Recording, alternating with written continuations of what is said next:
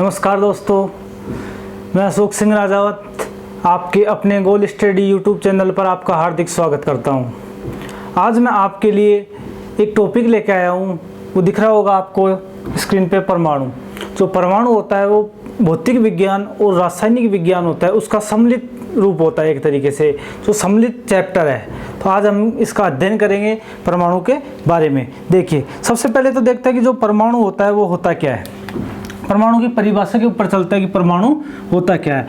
तो परमाणु को हम कहेंगे कि पदार्थ की वह सूक्ष्मतम इकाई जिसका और अधिक विभाजन नहीं किया जा सकता, उसे क्या कहते हैं, हम परमाणु कहते हैं। या हम ऐसे कह सकते हैं कि ऐसा छोटे से छोटा कण जिसको और अधिक टुकड़े हमें नहीं कर सकते, उसे क्या कहेंगे, परमाणु कहेंगे। तो देखिए, परमाणु की परिभाषा क्या होगी। पदार्थ का वह सूक्ष्मतम कण जिसका और अधिक विभाजन नहीं कर सकते हैं। देखिएगा कि पदार्थ का वह सूक्ष्मतम कण जिसका हम और क्या नहीं कर सकते, विभाजन नहीं कर सकते, मतलब और उसके टुकड़े नहीं कर सकते, क्या कहलाता है, परमाणु कहलाता है। अब बात करते हैं कि जो परमाणु होता है, अब दो या दो से अधिक परमाणु मिलकर क्या बनाते हैं, अणु का निर्माण करते हैं। कि दो या दो से अधिक परमाणु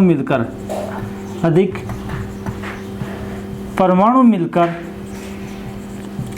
किसका निर्माण करते हैं, अणु का निर्माण करते हैं। किसका निर्माण करते हैं, अणु का। यदि आपके सामने एक क्वेश्चन आ जाए कि जो परमाणु बड़ा होता है, अणु बड़ा होता है, तो सबसे पहले हमको पता रखना पड़ेगा कि जो परमाणु होता है वो क्या होता है, सबसे छोटा होता है, और जो अणु होता है वो परमाणु से मिलकर बना होता है। तो सूक्ष्मतम इकाई का जो यहाँ पे लिखा है सूक्ष्मतम कण, इस सूक्ष्मतम कण का मतलब क्या हो गया कि इससे छोटा कोई नहीं है, इससे छोटा कोई नहीं है, परमाणु से छोटा कोई नहीं है। तो सबसे छोटा कण कौन सा होगा, परमाणु होगा। कौन सा होगा, परमाणु। अब देखते हैं, हम एक चित्र बनाने हैं, ये वाला। ठीक है दोस्तों, जैसे हमने ये क्या मान लिया, परमाणु मान लिया। क्या मान लिया, परमाणु। इस परमाणु के अंदर एक नाभिक होता है। जैसे ये हमने क्या बना लिया, नाभिक बना लिया। इस नाभिक, ये क्या होता है, ये क्या है, नाभिक, और ये क्या है, परमाणु। ये तो है हमारा नाभिक, क्या है, नाभिक, और ये क्या है, परमाणु। इस नाभिक के अंदर क्या क्या होते हैं, प्रोटॉन और न्यूट्रॉन। क्या होता है, प्रोटॉन और न्यूट्रॉन। और जो इलेक्ट्रॉन होते हैं वो क्या करते हैं, इलेक्ट्रॉन इसके चारों तरफ चक्कर लगाते हैं। क्या करते हैं, इलेक्ट्रॉन इसके चारों तरफ चक्कर लगाते हैं। तो दोस्तों, परमाणु के अंदर क्या क्या होता है, परमाणु किससे मिलकर बना होता है। क्वेश्चन आ जाए आपके सामने कि जो परमाणु होता है किससे मिलकर बना होता है, तो परमाणु न्यूट्रॉन, प्रोटॉन और इलेक्ट्रॉन, किससे जो परमाणु मिलकर बना होता है, क्या, परमाणु।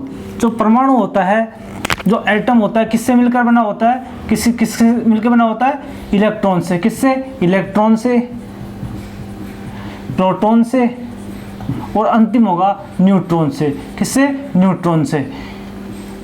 इतनी बातें हमें ध्यान रखनी है परमाणु के अंदर। और ये जो नाभिक होता है, नाभिक, अब बात करते हैं किसकी, नाभिक की। जो नाभिक होता है वो किससे मिलकर बना होता है, जो नाभिक होता है,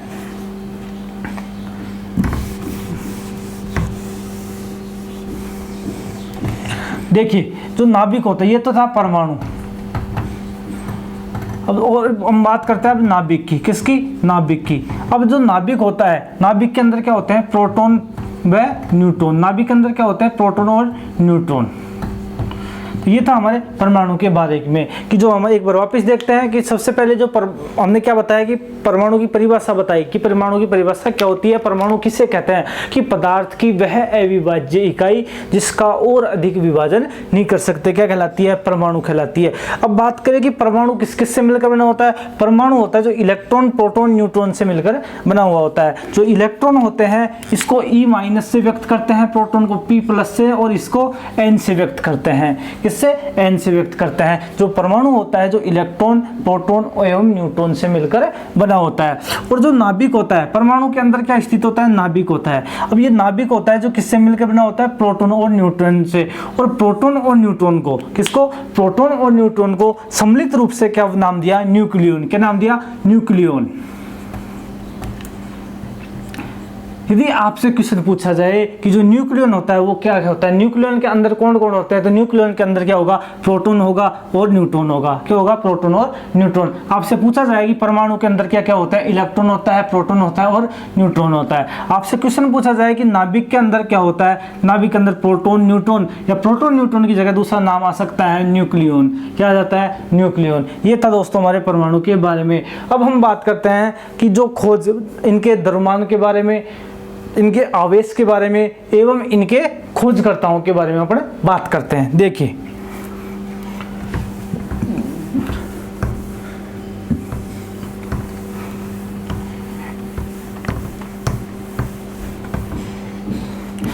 सबसे पहले अपन क्या करते हैं, परमाणु, हाँ भाई, जो अब यहां लिख देते हैं अपन खोज, परमाणु की खोज किसने की थी। अब परमाणु की खोज है जो डाल्टन ने की थी। किसने की थी, डाल्टन ने। परमाणु की खोज किसने की थी, डाल्टन। ठीक है दोस्तों, अब बात करते हैं परमाणु की खोज के बारे में कि जो परमाणु की खोज किसने की थी, डाल्टन ने की थी। अब फिर एक आता है नाभिक, ठीक है, और अपन लिखते हैं नाभिक के आगे एक आता है इलेक्ट्रॉन, प्रोटॉन और न्यूट्रॉन। अब क्या करेंगे अपन, इनके बारे में अध्ययन करेंगे। इनके बारे में क्या करेंगे, अध्ययन करेंगे और खोजकर्ताओं के बारे में अध्ययन करेंगे। तो यहाँ पे अपन एक वर्ड पहले लिखते हैं, इनका द्रव्यमान लिखते हैं कि इनका जो द्रव्यमान है वो कितना होता है। फिर हम यहाँ पे लिखेंगे खोजकर्ता, किसकी खोज किसने की। ठीक है दोस्तों, तो सबसे पहले देखते हैं अपन जो परमाणु है उस परमाणु की खोज किसने, जो एक यहाँ पे देखते हैं परमाणु की खोज किसने की और द्रव्यमान कितना होता है। तो ये इलेक्ट्रॉन का अपन, अब इनका द्रव्यमान क्या होता है कि ये इनसे मिलकर बना हुआ होता है, इनका द्रव्यमान नहीं होता। तो अपन क्या करते हैं, इलेक्ट्रॉन का द्रव्यमान देखते हैं। इलेक्ट्रॉन का द्रव्यमान होता है 9.1 × 10⁻31 किलो। और अपन बात करते हैं प्रोटॉन का द्रव्यमान। किसकी बात करते हैं, प्रोटॉन का द्रव्यमान की। जो प्रोटॉन का द्रव्यमान होता है वो क्या होता है, 1.6723 × 10⁻27 kg। और जो न्यूट्रॉन होता है उसका होता है 1.6725 × 10⁻27 kg। ये तो होता है किसका द्रव्यमान, इलेक्ट्रॉन का द्रव्यमान। ये दे रखा है प्रोटॉन का द्रव्यमान, ये दे रखा है न्यूट्रॉन का द्रव्यमान। अब बात करते हैं इनकी खोजकर्ताओं की, इनकी खोज किसने की थी। तो इनकी खोज के बारे में अपन करते हैं कि जो इलेक्ट्रॉन की खोज है, इलेक्ट्रॉन की खोज वो तो की थी जे थॉमसन ने। किसने, जे थॉमसन। किसने की थी, जे थॉमसन ने। और प्रोटॉन की खोज है, जो प्रोटॉन है उसकी खोज किसने की थी, जो प्रोटॉन की खोज की थी वो एक वैज्ञानिक आता है गोल्डस्टीन। क्या आता है, गोल्डस्टीन।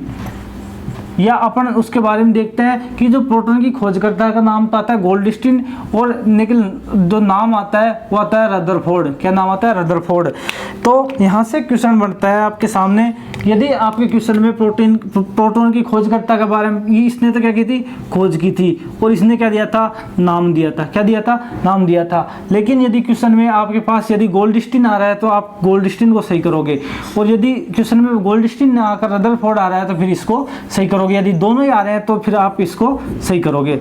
अब बात करते हैं न्यूट्रॉन की। तो न्यूट्रॉन की खोज किसने की थी, जेम्स चैडविक। किसने, जेम्स चैडविक। James Chadwick. ये अब बात करते हैं परमाणु।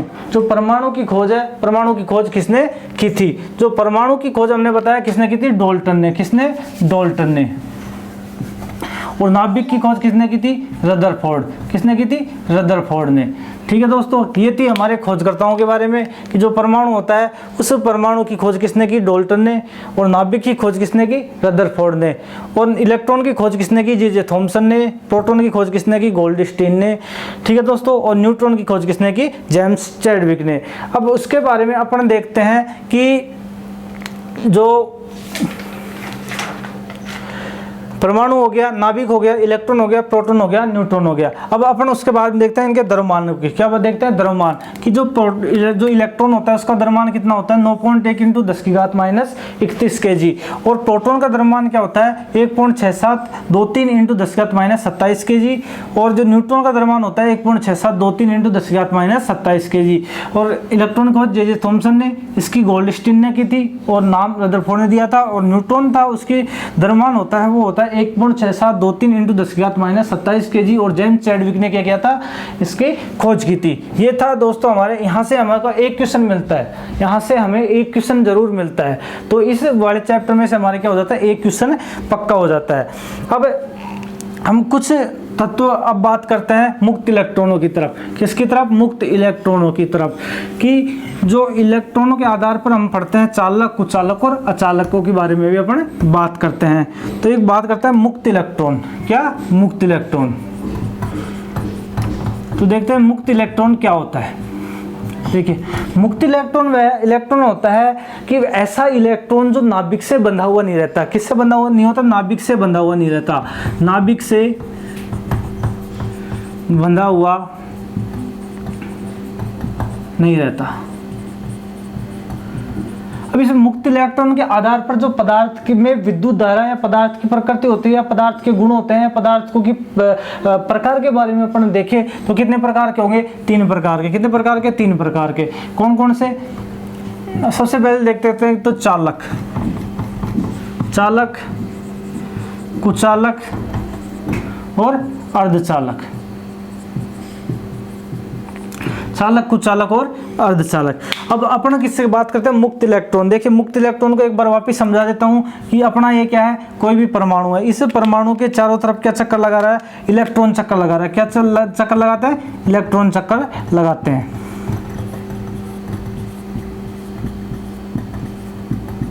ये देखिए, अब यहाँ पे क्या स्थित है अपना? यहाँ पे क्या स्थित है?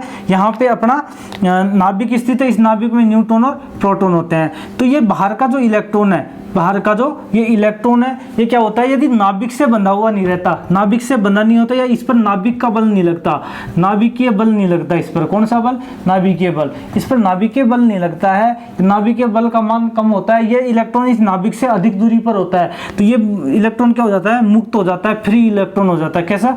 Free electron. क्या हो जाता है? Free electron. जब ये फ्री इलेक्ट्रॉन होगा तो ये क्या करेगा कि अपने अनुसार ही कोई भी तत्व इससे क्रिया करना चाहेगा तो उससे क्रिया कर लेगा। तो ये होता है क्या? मुक्त इलेक्ट्रॉन। क्या होता है? मुक्त इलेक्ट्रॉन। अब अपन देखें कि जो मुक्त इलेक्ट्रॉन के बाद में, मुक्त इलेक्ट्रॉन के बारे में, जो मुक्त इलेक्ट्रॉन के आधार पर अपन पदार्थ को 3 प्रकार से देखते हैं, चालक, कुचालक और अचालक। जो चालक होते हैं वो क्या होते हैं कि वे पदार्थ जिनमें मुक्त इलेक्ट्रॉन क्या होते हैं? मुक्त इलेक्ट्रॉनों की संख्या क्या होती है? वे पदार्थ जिनमें मुक्त इलेक्ट्रॉनों की संख्या पाई जाती है। मतलब जिनमें वे पदार्थ जिनमें मुक्त इलेक्ट्रॉनों की संख्या पाई जाती है। तो इसकी क्या लिखेंगे कि वे पदार्थ जिनमें मुक्त इलेक्ट्रॉनों की संख्या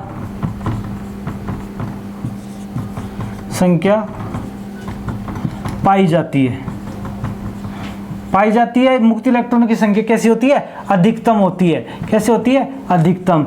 मतलब हम ऐसे कह सकते हैं कि वे पदार्थ जिनमें मुक्त इलेक्ट्रॉनों की संख्या अधिकतम पाई जाती है तो वो क्या कहलाते हैं? चालक कहलाते हैं। जो चालक होते हैं उनमें क्या होता है? धारा प्रवाहित होती है। क्या होती है? धारा प्रवाहित। तो और मुक्त इलेक्ट्रॉन पाए जाते हैं जिसके कारण क्या? जिसके कारण इनमें विद्युत धारा प्रवाहित होती है। क्या प्रवाहित होती है? विद्युत धारा प्रवाहित होती है। अब अपन उदाहरण देखें कि विद्युत धारा का, जो चालक के उदाहरण देखें। जो चालक का उदाहरण होगा वो होगा, जो चालक का उदाहरण होगा वो क्या होगा? हमारा मानव शरीर। क्या? सबसे पहले तो मानव शरीर। मानव शरीर हो गया, सभी धातुएं होगी। क्या होगी? सभी धातुएं होगी। और एक हो गया सादा जल। कैसा? सादा जल। जो सादा जल होता है, जो आप पानी पीते हो उस जल को सादा जल बोलते हैं। जो जमीन में से डायरेक्ट निकाल के आप पीते हो वो जल सादा जल। तो और जो सबसे अच्छा सुचालक, यहाँ पे लिखता हूँ, सबसे अच्छा सुचालक, सबसे अच्छा ये चालक या सुचालक क्या होता है? चांदी होता है। मतलब सबसे अधिक जो विद्युत धारा प्रवाहित होती है, सबसे ज्यादा करंट किस में आता है? चांदी में आता है। तो यहाँ से क्वेश्चन बनता है कि विद्युत का सबसे अच्छा सुचालक है, तो वो क्या होगा? चांदी। ये था अपने चालक के बारे में। एक बार वापस देखते हैं कि वे पदार्थ जिनमें मुक्त इलेक्ट्रॉन की क्या पाई जाती है? संख्या पाई जाती है अधिकतम। मतलब ऐसा पदार्थ जिसमें मुक्त इलेक्ट्रॉन की संख्या अधिक पाई जाती है, उसे क्या कहते हैं? हम चालक कहते हैं। चालक जिसके कारण क्या होती है? जिस चालक के कारण मुक्त इलेक्ट्रॉन की संख्या पाई जाएगी, जिसके कारण इनमें क्या होगी? विद्युत धारा प्रवाहित होगी। विद्युत धारा प्रवाहित होगी तो इनमें हमको करंट लगेगा। तो सभी धातुएं होगी, लोहा, चांदी, सोना, ये होगी सभी क्या होगी? सभी धातुएं होगी। तो इन धातुओं में क्या होता है? करंट आता है। अब बात करते हैं कुचालक की। कुचालकों में क्या पाया जाता है? मुक्त इलेक्ट्रॉन होते हैं, जो मुक्त इलेक्ट्रॉन क्या? मुक्त इलेक्ट्रॉन नहीं पाए जाते। मुक्त इलेक्ट्रॉन होते हैं जो मुक्त इलेक्ट्रॉन नहीं पाए जाते, मतलब मुक्त इलेक्ट्रॉन नहीं पाए जाते इनमें। अब मुक्त इलेक्ट्रॉन नहीं पाए जाएंगे तो विद्युत धारा भी प्रवाहित नहीं होगी। विद्युत धारा भी प्रवाहित नहीं होती। कुचालक क्या होते हैं? कि वे पदार्थ जिनमें मुक्त इलेक्ट्रॉन की संख्या नहीं पाई जाती और इनके अंदर विद्युत धारा प्रवाहित नहीं रहती है। जैसे इसका उदाहरण देखें, इसका उदाहरण के अंतर्गत अपने क्या आएगा? उदाहरण आएगा लकड़ी। कैसी? सूखी लकड़ी आ गया, प्लास्टिक आ गया और रबड़ आ गया। ठीक है। अब बात करते हैं अर्धचालक। अर्धचालक मतलब वे पदार्थ जिनमें मुक्त इलेक्ट्रॉनों की संख्या क्या पाई जाती है? कम पाई जाती है। तो ये क्या करते हैं कि इनको यदि कोई इलेक्ट्रॉन और मिल जाए, कोई ऊर्जा दे दे, तो ये क्या करते हैं कि चालक की तरह व्यवहार करने लग जाते हैं। तो ये दो इसका अर्धचालक के उदाहरण है, सिलिकॉन और जर्मेनियम। SI और जर्मेनियम जी। ये था दोस्तों हमारे आज परमाणु के बारे में, जो आपका केमिस्ट्री और फिजिक्स का जो मिक्स टॉपिक था वो क्या हो गया? पूरा हो गया। ठीक है दोस्तों, तो आप हमारे वीडियो को अधिक से अधिक संख्या में लाइक करें, शेयर करें और सब्सक्राइब करें। धन्यवाद।